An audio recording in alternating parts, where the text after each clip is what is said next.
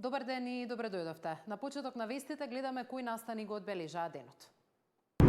Околу 40 тони марихуана запленети во вчерашната акција на полицијата. Дел во Скопје, дел во Струмица.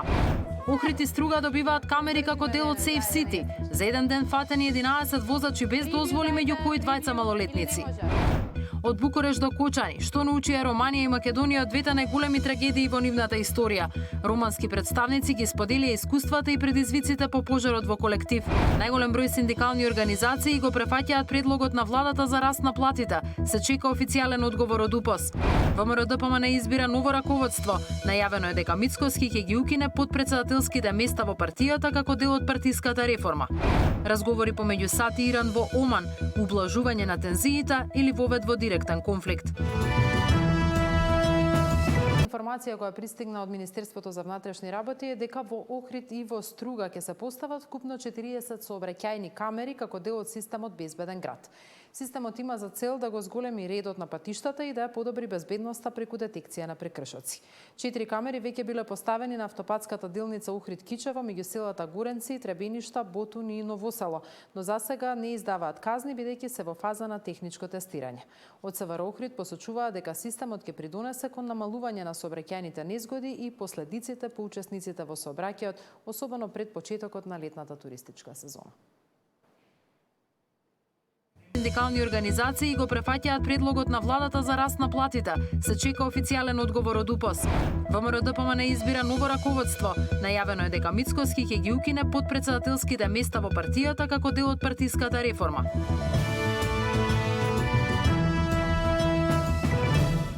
Синдикатот на УПОС и натаму ја држи владата во неизвестност околу прифаќањето на понудата за раст на платите од 40% до 2028 година за 7800 административци. Иако 95% од синдикалните организации дале зелено светло, конечната одлука ќе биде соопштена најдоцна до наредната недела по изјаснувањето на сите членки. По меѓувреме УПОС најавува дека нема да се повлече од барањето за минимална плата од 600 евра и ќе се приклучи на синдикалните блокади. Синдикатот на УПОС се уште ја држи владата во неизвестност, иако најавија дека денеска напладне ќе соопштат дали прифаќаат раст на платите за 40% до 2028 за 7800 административци, синдикатот својата одлука сепак ќе ја каже во текот на наредната недела. 95% од синдикалните организации кои се дел од УПОС дале зелено светло, но се чека да се изјаснат сите. Од досега пристигнатите изјаснувања, 95% од синдикалните организации се изјаснија дека барањето на синдикатот на УПОС, кое е прифатено од страна на владата за зголемување на платите, е поволно и прифатливо. По изјаснување на сите синдикални организации, синдикатот на УПОС во текот на наредната недела ќе оствари работна средба со представниците на владата, на која ќе биде договорен опфатот и теркот на колективниот договор, велат од синдикатот на УПОС. Државната администрација има два репрезентативни синдикати. Тој на УПОС, кој е под Сојузот на синдикати на Македонија, и САДУ, кој е под Конфедерацијата на слободни синдикати. САДУ експресно ја прифати владината понуда. За синдикатот на УПОС, растот на плати е прифатлив, но проблем е што владата условила со откажување од општиот колективен договор. Потписник на тој општ колективен договор е ССМ, а не синдикатот на УПОС, па сега постои разногласие дали УПОС и воопшто може да се откаже од општиот колективен договор и како тоа правно ќе се изведе. Неофицијално, владата на вчерашната средба со синдикалците им дала рок до недела да кажат дали прифаќаат раст на платите согласно растот на минималната плата плюс 8% додатоци на плата секоја година, со што до 2028 тие би добиле повисоки плати за 40%. Дури и УПОС да ја прифати владината понуда, тоа нема да значи дека ќе престане притисокот кон владата за зголемување на минималната плата на 600 евра. Синдикатот на УПОС не се откажува од ова барање и без разлика на одлуката, барем според досегашните информации, ќе се приклучат на блокадите на ССМ кои треба да почнат во вторник. Даниел Василев, Сител телевизија. Ништо од предлогот на СДСМ за минимална плата од 600 евра преку ребаланс на буџетот. Власта останува на ставот дека зголемувањето на минималецот е прашање за договор меѓу синдикатите и работодавачите, додека опозицијата тврди дека пари може да се обезбедат со кратење на трошоците за функционерите. Во меѓувреме СДСМ најави блокади на собранието, Стопанската комора и владата доколку не се прифати нивното барање за повисок минималец. Ништо од предлогот на СДСМ преку ребаланс на буџетот да се обезбедат пари за минималец од 600 евра. Власта останува на ставот дека синдикатите треба да се договорат со работодавачите. Од ВМРО ДПМНЕ вела дека СДСМ имале доволно време да спроведат економски политики кои ќе донесат повисоки плати. Но наместо тоа, работниците биле оставени и без редовни плати. Тие одбраа политика на проценти, провизии и трпање на пари во приватни джебови, за да ја остава државата и работниците без исплатени плати кои што во моментот треба да бидат исплатени, а да не зборуваме за повисоки плати и зголемен минималец. Она кое што владата како работодавач го работи е да ги зголемува и минималната плата и платите на оние институции за кои што таа обезбедува плати, и тоа го прави во континуитет овие 2 години и во здравството и во образованието, и да не ги редам сите институции. Планот на опозицијата е преку кратење на дел од 2 ставки во буџетот, да се пренаменат пари кои ќе се искористат за зголемување на минималната плата на 600 евра, и плюс да се субвенционираат придонесите кај приватните фирми, за и останатите плати да пораснат за 100 евра. Со кратење на 20 до 30% на делот стоки и услуги, каде што се возила, мебел, патувања, репрезентации, договорни услуги, комфорт на функционерите, се обезбедуваат 130 милиони евра. Со кратење на делот разни трансфери, од хонорари, временни вработувања, ќе се обезбедат дополнителни 75 милиони евра. Дополнително вчера Филипче рече дека СДСМ ќе ја поддржи иницијативата на Сојузот на синдикати за намалување на функционерските плати за 80%. Премиерот Мицкоски во телевизиско гостување оцени дека ваквиот предлог е неуставен, но до крајот на мандатот ќе се бара чаре. Председателот на ССМ Трендафилов пак му врати дека е и уставно и законски. Промената на основицата за пресметка на функционерските плати од просечна на минимална плата е намалување на функционерските плати за 40% и намалувањето на коефициентите за сложеност за минус 40% е намалување на функционерските плати за дополнителни 40%, а тоа значи да се ги намалат веднаш платите за 80%, за да се вратат во реалноста во која живеат работниците, вели Трендафилов. ССМ останува и на барањето за 600 евра минималец и поради тоа следната недела ќе бидат блокирани Собранието, Стопанската комора и владата. Мартин Арслов, Сител телевизија.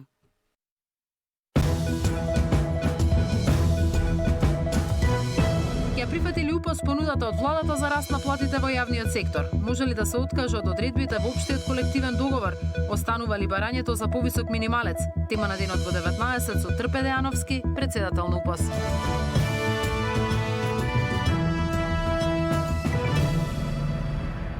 ВМРО-ДПМНЕ вечерва почнува партиска реформа со укинување на функциите подпредседатели и проширување на извршниот комитет. Лидерот Мицкоски вели дека целта е рамноправен терен за сите кои би се кандидирале за лидерската позиција во 2029 година. Паралелно со партиските промени, најавена и реконструкција на владиниот кабинет со нови кадри и можни рокади меѓу коалициските партнери.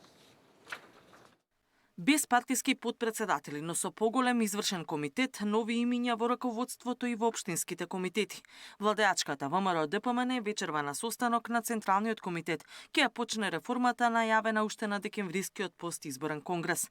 Укинувањето на подпредседателските функции, како што образложи Мицкоски синоќа на телевизиско интервју, се прави со цел да има рамен терен за сите кои се заинтересирани да го преземат лидерското место во ВМРО-ДПМНЕ во 29-та, до кога трае и неговиот мандат.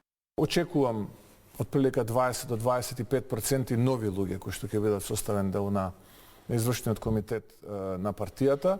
Инаку да, точно е тоа дека партијата во овој мандат нема да има повеќе подпредседатели. Ќе има председател, генерален секретар и членови на извршниот комитет. Нормално, можам за вас да кажам ексклузивно дека досегашните подпредседатели ќе бидат предложени како членови на извршниот комитет на партијата, плюс и некои други имена. Новиот извршен комитет ќе брои 29 члена. Актуелните подпредседатели Александар Николовски, Гордана Димитриевска-Кочовска, Тимчо Муцунски и Владо Мисајловски ќе бидат членови на извршниот комитет, заедно со Антонио Милошовски, Никола Мицевски и Луке Галевски. Мицкоски ќе води партијата со единствена брза логистика од генералниот секретар, но и за таа функција треба да се избере ново име. Неофицијално во игра за оваа позиција се директорот на службата за општи заеднички работи на владата Ивица Томовски, пратеникот Драган Ковачки и актуелниот генерален секретар и пратеник Ѓорѓе Сајковски. Промени се очекуваат и во раководството на Унијата на млади сили и Унијата на жени на ВМРО ДПМН, а потоа до јуни треба да се промени и составот на општинските организации. Паралелно со овие партиски промени, Мицкоски најави дека ќе почне и реконструкција на владиниот кабинет, и тоа со нови кадри, но и со можна размена на ресори меѓу коалицијските партнери. Катерина Нишкова, Сител телевизија. Демократската унија за интеграција одбива укинување на пржинската влада под условите кои се сега на маса. Бараат како што била воведена со меѓународно посредништво, така и да се укинува. Ако пржинскиот договор е склучен со представници од меѓународната заедница, истиот треба да биде, или пак треба истите тие да бидат на маса доколку се разговара за техничката влада. Да. Овој закон што јас го гледав има премногу пропусти. Сега стоиме на ставот дека треба да бидат на маса и меѓународниот фактор. И дека власта со сигурност, ако вака го донесува во оваа форма, значи законот, крајната цел или крајната интенца е да се злоупотребува власта во следните парламентарни или кои било избори.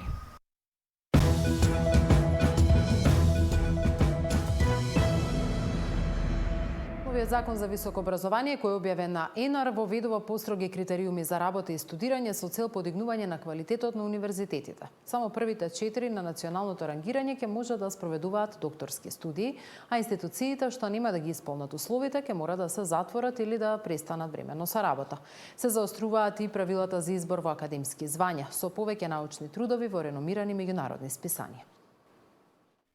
Наместо високообразовна институција на секое ќоше, реформите во високото образование ги засилуваат критериумите за работа и студирање. Надпревар меѓу универзитетите, структурни промени и услов кој предвидува дека само првите 4 на националното рангирање ќе може да спроведуваат докторски студии. Ова е предвидено со новиот закон кој веќе е јавно достапен за предлози и забелешки. Оние што нема да ги исполнуваат критериумите нема да може да продолжат со работа.